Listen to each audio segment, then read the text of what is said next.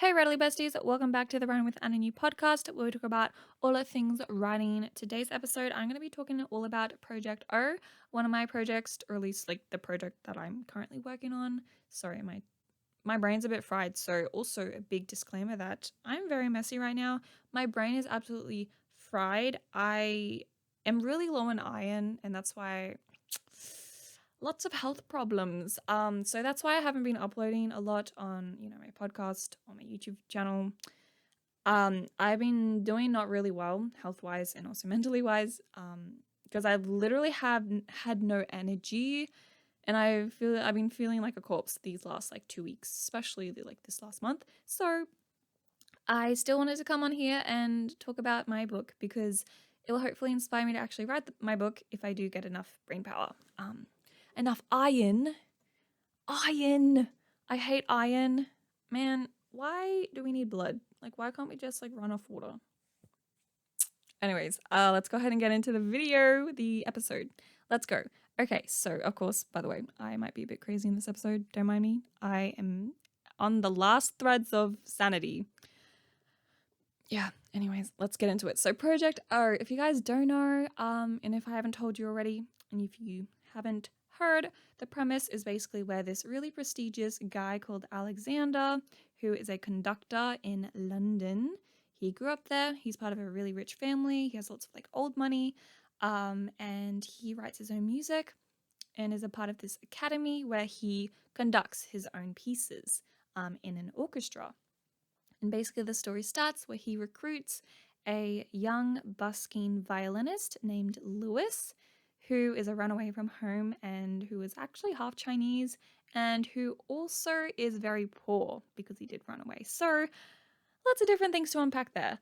In terms of like how the story progresses, the sort of themes that I'm gonna kind of trying to express within this novel is basically like the story of an artist and how you have to be very vulnerable with your art and the whole like revolution of art being an expression of sadness and how there is beauty in sadness the same way there is sadness in beauty, if that makes sense.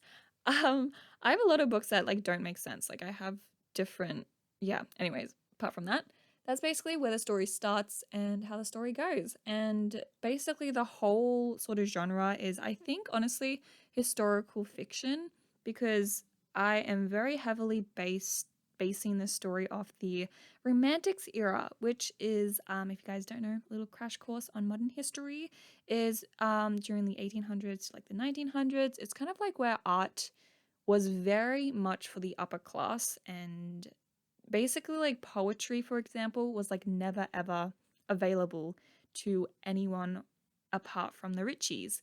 And basically what happens during the 1800s is especially the poets and like the musicians, the drama people and everything, like the artists basically start to use their art to critique the government and challenge the establishment.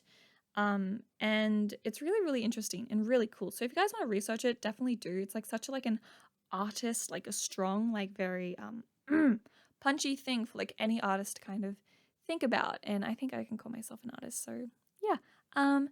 But that's kind of like the project that it's kind of, yeah, that's the themes and the sort of background. And of course, Alex and Lewis, who are the two main characters I talked about, they kind of based very loosely off two particular historical figures and very much inspired by multiple, which is really, really cool. And what's actually really interesting is that there is two other characters named Franz, I think. Yeah, Franz and Sora, who are actually siblings, and these two are based off I forgot their names, but they're basically like the two poets who basically like led this revolution in a sense. So even though like Alex and Lewis were the ones that sparked it, at least that's like my historical fiction kind of coming along, it's actually the two other poets who are the friends of Alex who continue that revolution because something happens at the end, which I'm not gonna talk about. Anyways, yeah.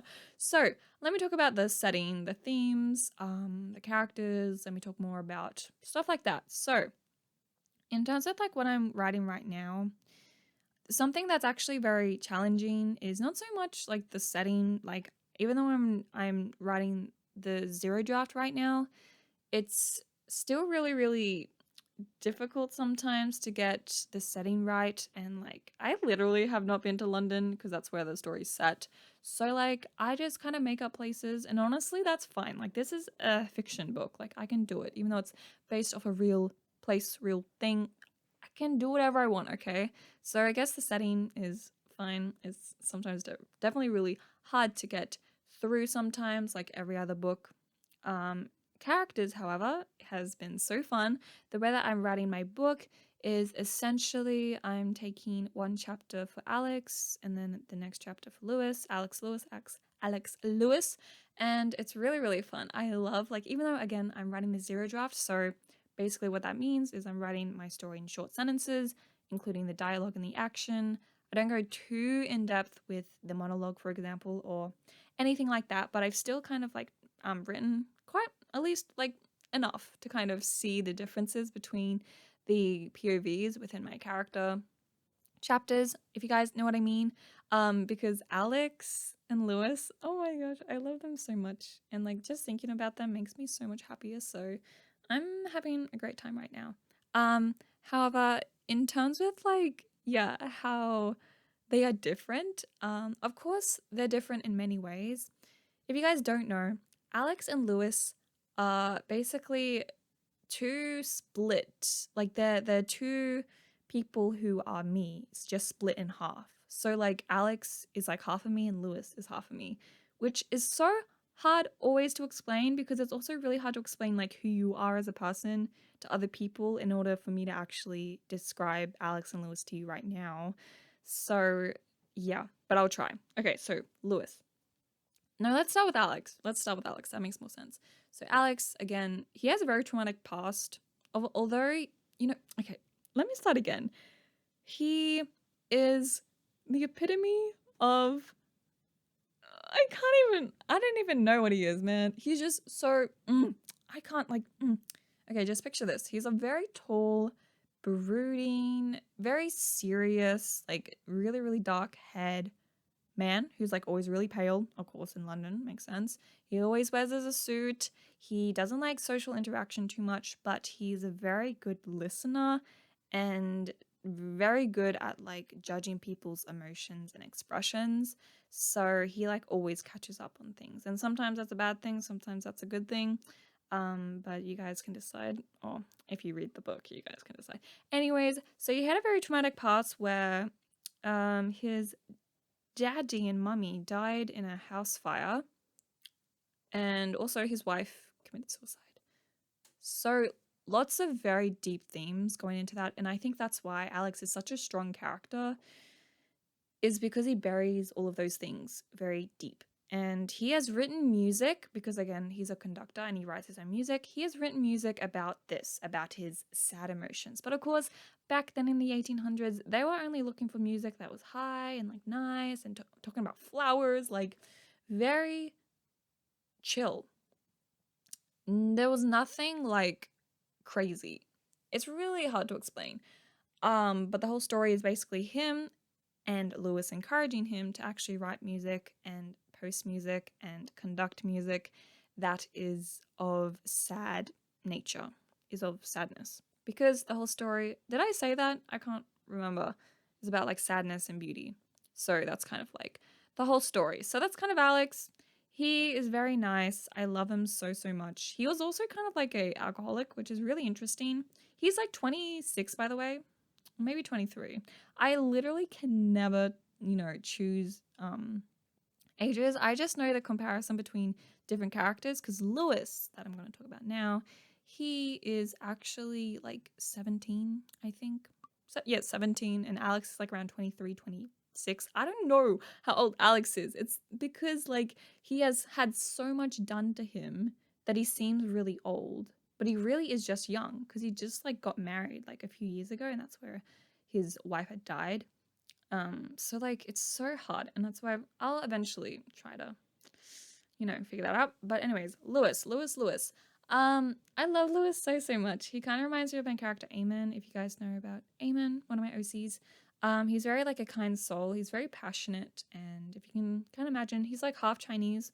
If you guys don't know, I'm actually a quarter Chinese. That's kind of what I wanted to express in this story, like about, of course, the education sort of prejudice, but also like race prejudice as well, and stuff like that within this story, especially in London, especially with art and different things like that. And that obviously has a lot of different complications for both of the characters within the book, which is very, very heavy content that I'm about to write.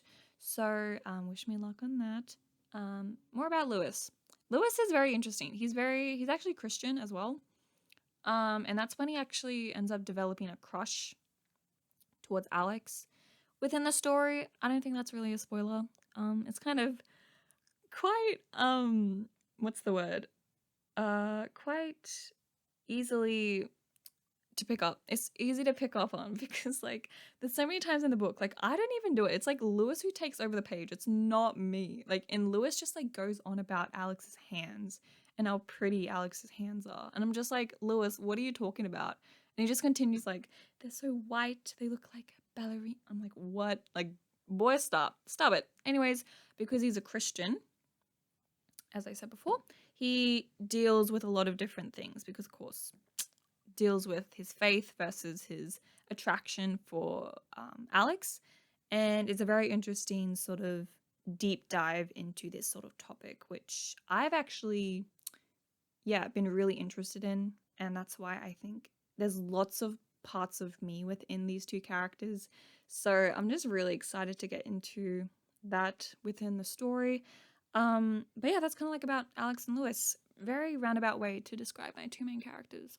I love them so much. Like literally, again, thinking about them make me happy, and they're just really nice to each other. And I just love how Alex like doesn't care about like the social stuff. Like he doesn't care about like the gestures or like bowing or shaking people's hands. He's very like, I am just here and that's fine. And that's why he like loves Lewis especially, is because Lewis is normal. He's not like all those higher up prestigious like stuck up kids that or men who just like, you know, they're just annoying and stupid and all they care about is class and money and ugh. When Lewis is just like a breath of fresh air for Alex, and that's honestly why Alex almost uses him as a distraction with his trauma. Um yeah. Wow. Yeah, wow. Okay. I'm going to finish up soon. I'm going to talk about quickly where I am at in this book right now. It's actually really exciting. It took me so long to finish the scene. I don't know why. I just kept procrastinating, like making extra scenes before this scene, because I didn't know how the heck I was going to do it. Since it is project draft 0, I have to like come up with everything on the spot. So like I'm just like, oh, I'm going to do this. I'm going to do a fluffy scene here.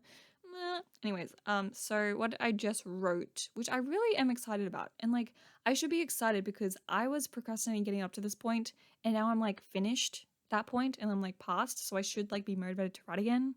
But then again, I'm brain dead. But can I just say what I was supposed to say? Okay, Anna, what scene are you working on right now? I am working on what the heck? My brain. Guys, my brain. I literally have it in my mind, but I just can't talk. They are doing a piece they're in an orchestra. Obviously, Lewis is in the orchestra. He's playing his violin. He's a violinist. I should have said that. Busking violinist. Did I say that? And it's like a very prestigious place, and this is like the first time Lewis has ever like played anywhere apart from busking on the side of the street or in the park. And it's really interesting because Lewis doesn't read sheet music at all. So he kind of like goes with the flow. And because it was a big turnaround, when he was recruited, it was like, I think a week until they were actually performing. And of course, all the higher ups in the academy were like, what the heck?